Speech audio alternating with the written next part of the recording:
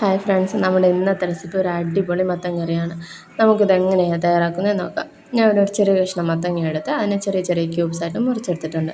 ഇതിലേക്ക് ഒരു 5-6 ചെറിയ ഉള്ളി ചതച്ചെടുത്തിട്ടുണ്ട്. പിന്നെ നമ്മുടെ എരിവിന് ആവശ്യമായ പച്ചമുളകും നല്ലൊരു ഫ്ലേവറിന് വേണ്ടിയിട്ട് കുറച്ച് കറിവേപ്പിലയും പിന്നെ ഒരു 1/4 ടീസ്പൂൺ മഞ്ഞൾപ്പൊടി പിന്നെ നമ്മുടെ പാകത്തിന് ഉപ്പും കൂടി ചേർത്തിട്ടുണ്ട്. ഇനി ഇതിലേക്ക് 1 കപ്പ് വെള്ളവും കൂടി ഒഴിച്ച് നന്നായിട്ടൊന്ന് ഇളക്കി കൊടുക്കാം. ഇനി ഇത് നമുക്ക് അടച്ച് വെച്ച് ഒരു 5 മിനിറ്റ് ഹൈ ഫ്ലെയിമിൽ വേവിച്ചെടുക്കാം. അപ്പോഴത്തേക്ക് ഇപ്പോൾ നന്നായിട്ട് കഷ്ണങ്ങളൊക്കെ നന്നായിട്ട് തിളച്ച് വന്നിട്ടുണ്ട്. ഈ സമയം കൊണ്ട് ഇതിലേക്കുള്ള അരപ്പ് തയ്യാറാക്കാം.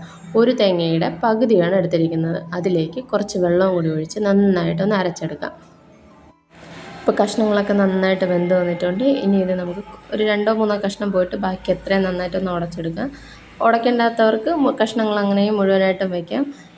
ഞാനിപ്പോൾ കുറച്ച് ഉടച്ചിട്ടുണ്ട്. അത് കഴിഞ്ഞിട്ട് ഇതിലേക്ക് നമ്മൾ അരച്ച് വെച്ചിരിക്കുന്ന അരപ്പ് ചേർത്ത് കൊടുക്കുക.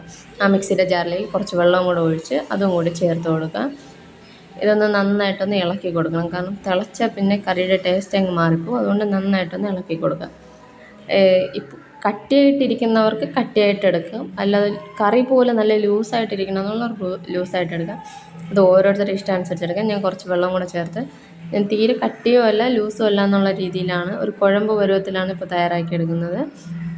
ഈ സമയത്തിൽ ഉപ്പ് കുറവുണ്ടെങ്കിൽ നമുക്ക് കുറച്ച് ഉപ്പ് കൂടെ ചേർത്ത് നന്നായിട്ട് ഇളക്കിയെടുക്കാം. നല്ല ടേസ്റ്റായിട്ട് മത്തങ്ങയാണെന്നേ നമുക്ക് പറയാൻ പറ്റില്ല, അത്ര ടേസ്റ്റായിട്ടുള്ളൊരു കറിയാണ്. നമ്മുടെ മത്തൻ കറി ഇവിടെ റെഡി ആയിട്ടുണ്ട്. എല്ലാവരും ട്രൈ ചെയ്ത് നോക്കണം. നല്ല അടിപൊളി കറിയാണ്.